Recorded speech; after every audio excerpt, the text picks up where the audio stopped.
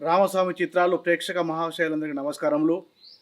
చాలా సంవత్సరాల క్రితం మన తెలుగు రాష్ట్రం లోపల ఒక ప్రముఖుడు 76 సంవత్సరాలు పెళ్లి చేసుకుంటే 2 తెలుగు రాష్ట్రాల ప్రజలు ముక్కు మీద వేలేసుకొని అవురా గిప్పుడు పెళ్ళ అని చెప్పి ఆశ్చర్యపోతే వాళ్ళ పెళ్ళికి ఒక అర్థం చెప్పిండు.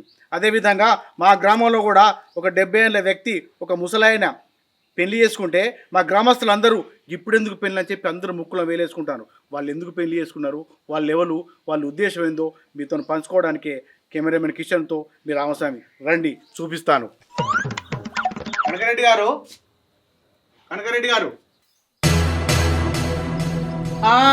ఎవరు కావాలి?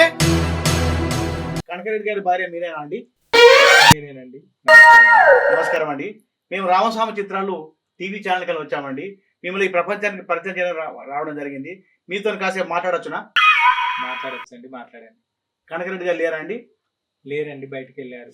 మీ పెళ్లి ఏ విధంగా జరిగిందో తెలుసుకోవచ్చునండి? తెలుసుకోండి. మీది ప్రేమ వివాహమా లేకుంటే సెటిల్ మ్యారేజ్ అండి?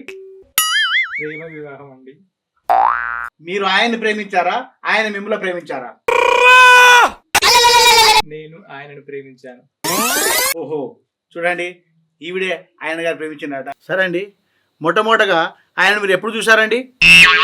ఆయన రోజు మా ఇంటి ముందు నుండి లండన్ పోయేవాడండి.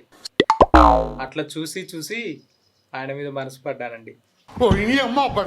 ఆయనలో మీకు నచ్చిన అంశం ఏందండి? ఆయనలో ఆయన పొట్ట నచ్చిందండి. అబ్బా ఆయన కట్టె నచ్చింది. చూడండి, ఆయన పొట్ట కట్టే నచ్చిందట. మీరు ఆయన ప్రేమించింది కదా, ఆయన కూడా మిమ్మల్ని ప్రేమించాడా? లేదు సారు, నేను ఆమెను ప్రేమించలే.